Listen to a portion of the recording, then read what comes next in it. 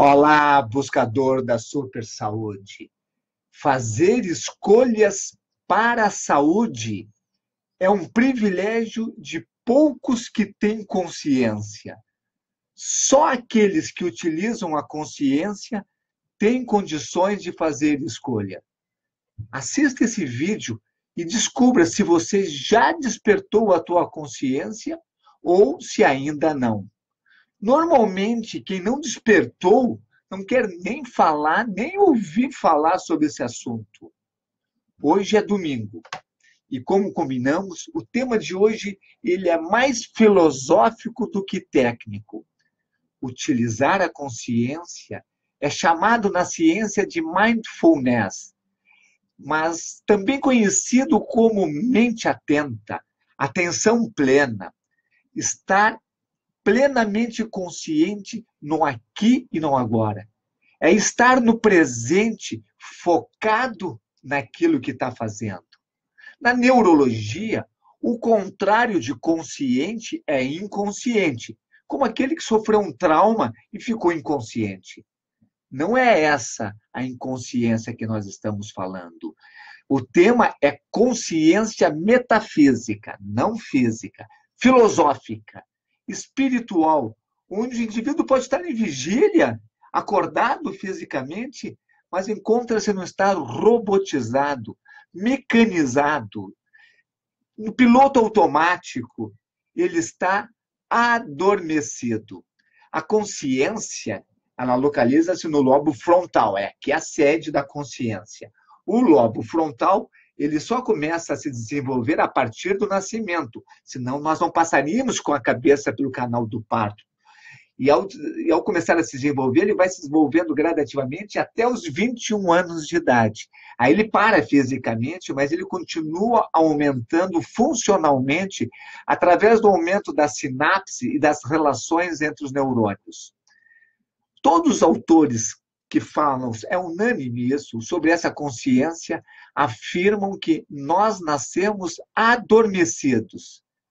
E aí a coisa triste, a maioria das pessoas continua adormecido para o resto da vida, não desperta essa consciência.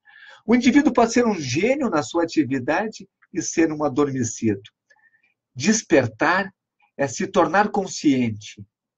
E ser consciente é ter poder de escolha. É avaliar frente a uma determinada situação as consequências daquela ação que vai fazer. E escolher uma das ações. Então, voltando ao tema de hoje, lá no início, assim, só o indivíduo consciente tem poder de escolha para a saúde. Vamos imaginar, na prática, que o indivíduo consciente está frente a um doce maravilhoso. Talvez uma ambrosia deliciosa feita por sua avó. Ele sabe que qualquer doce estimula o pâncreas a produzir insulina. Esse aumento de insulina pega o açúcar e transforma o açúcar em energia e o resto em doença. E essa insulina e esse açúcar em excesso aumenta a inflamação do corpo. E a inflamação do corpo prejudica várias ações e começa a dar um efeito em cascata em todo o organismo, prejudicando várias áreas do organismo. Ele não tem dúvida disso, porque ele assistiu meus vídeos, ele leu os artigos, ele viu outros profissionais falando, mas a ambrosia lhe desperta um desejo intenso de comer. O desejo é tão forte que ele está salivando, ele está ali com a boca cheia d'água de comer aquela ambrosia. Além disso, tem um outro aspecto, a sua mente relembra daqueles momentos maravilhosos que passou comendo ambrosia no seu meio familiar.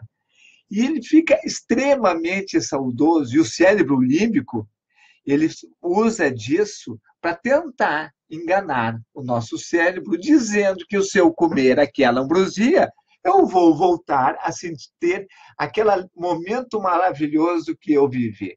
Engano. Tudo isso passa na cabeça do indivíduo consciente em questões de poucos segundos. E ele sabe de todas as consequências que trarão se ele comer ou não comer a ambrosia. Aí, então, ele usa o poder de escolha. Não vou comer, mesmo estando com grande vontade, pois não quero pagar o alto preço das consequências desse ato para minha ambrosia. Vou comer, apesar de todas as consequências negativas, pois eu quero sentir novamente o gosto dessa maravilhosa ambrosia. Algumas vezes, a terceira, nós somos obrigados a comer. Estamos visitando a nossa avó, que há muito tempo não vimos, e ela preparou com muito amor, com muito carinho, aquela ambrosia que ela sabia que nós desejávamos. E nós não temos outra opção, e nós temos que comer aquela ambrosia. O indivíduo consciente que resolve comer, cede à tentação e escolhe comer, ele come de forma consciente. Ele fica 100% focado no ato de comer. Coloca pequenos pedaços na boca, saboreia cada pedaço, tenta prestar atenção nas várias nuances do paladar. Ele curte as sensações físicas da boca e das emoções, o que está acontecendo. Ele fica prestando atenção no seu corpo, sempre comendo devagar e degustando o que come. Não põe nada na boca de forma automática, mecânica. Se ele está falando com a avó, ele está falando e degustando. Ele degusta, para de degustar, fala, volta a degustar. Tudo é um ato consciente. O indivíduo consciente continua prestando também atenção nas sensações físicas que acontecem depois de comer. E 3 coisas acontecem depois de comer. Quando ele vê essa tentação e não come ambrosia, preste atenção no que aconteceu com vocês várias vezes já. Começa-se imediatamente a sentir uma grande sensação de bem-estar. E quanto maior for a tentação vencida, maior é a sensação de bem-estar e que se mantém por várias horas apenas. E toda vez que lembra de que venceu a tentação, a sensação de bem-estar aumenta. Daqui uma semana, ele se lembrou, aumenta de novo a sensação de bem-estar. Essa sensação não é só emocional, é também, mas ela é física, ela é química. O nosso cérebro produz 5 neurotransmissores que aumentam essa sensação de bem-estar. É a endorfina, a serotonina, a dopamina, a epinefrina e a anandamida. A anandamida, essa é poderosa. Ananda vem do sânscrito, sensação de bem-aventurança, e dura mais tempo do que as outras. Chega a ficar durando dias, 2, 3 dias depois. Algumas duram minutos, outras duram horas.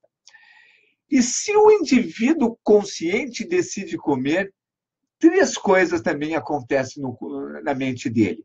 A insulina, o aumento da insulina coloca uma grande quantidade de açúcar no cérebro. E as células nervosas, neurológicas, pegam esse açúcar, são estimuladas a produzir grande quantidade de serotonina.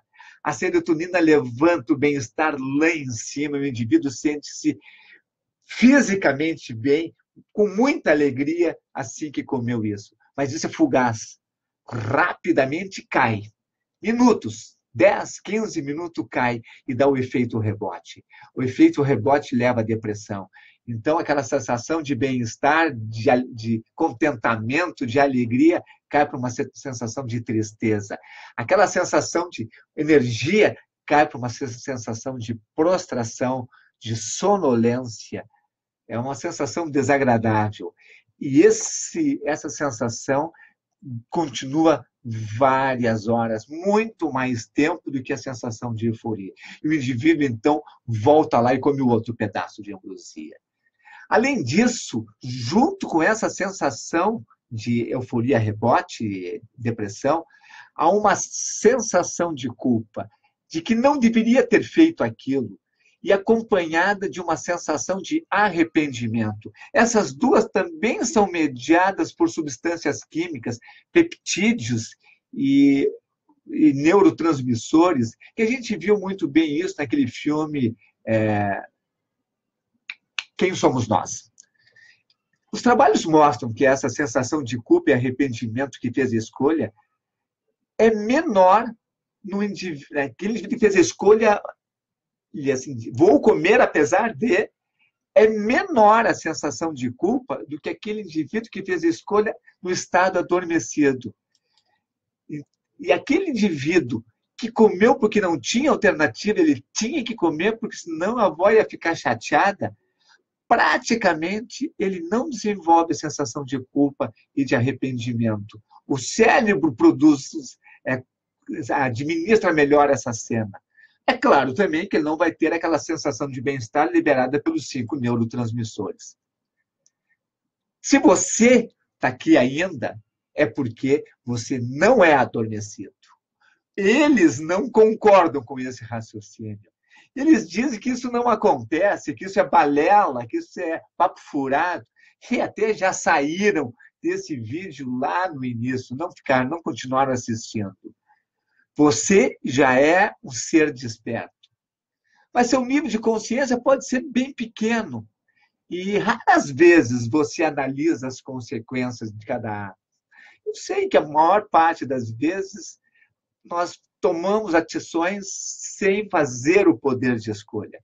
Mas não te preocupe, a grande maioria dos despertos, dos indivíduos conscientes, está na fase inicial dessa consciência. Mas aqui tem uma coisa maravilhosa.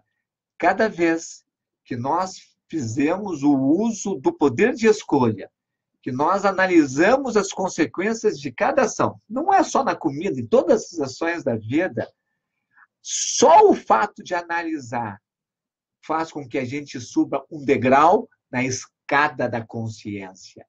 E se eu analisar e vencer a tentação, eu subo 3, 4, 5 degraus. E na próxima vez que eu vou enfrentar uma situação semelhante, vai ficar muito mais fácil eu adotar a escolha da conduta que traz menos consequência. O indivíduo consciente, ele tem o poder da escolha. Isso é chamado de livre-arbítrio. E aqui vai uma definição: nem todas as pessoas têm livre-arbítrio. A grande massa, a manada, os inconscientes, os adormecidos, eles não têm livre-arbítrio. Eles comem porque eles são sugestionados por uma série de coisas internas e até uma série de coisas externas. A cultura social sugestiona o indivíduo para ter tal ou qual comportamento, e como ele é adormecido, ele não questiona as consequências do comportamento. Eu quero que você aproveite esse domingo, os próximos dias, e quem sabe, coloque como hábito na sua vida utilizar o teu poder de escolha. Parar antes de fazer qualquer coisa por alguns segundos e dizer assim: o que vai acontecer? Qual é a consequência desta ação que eu quero fazer? E tente tomar aquela que a tua consciência mais determinada. Eu valorizo tanto o poder de escolha e o desenvolvimento da consciência que eu considero o principal e o mais importante recurso no desenvolvimento da conquista da saúde e depois da super saúde.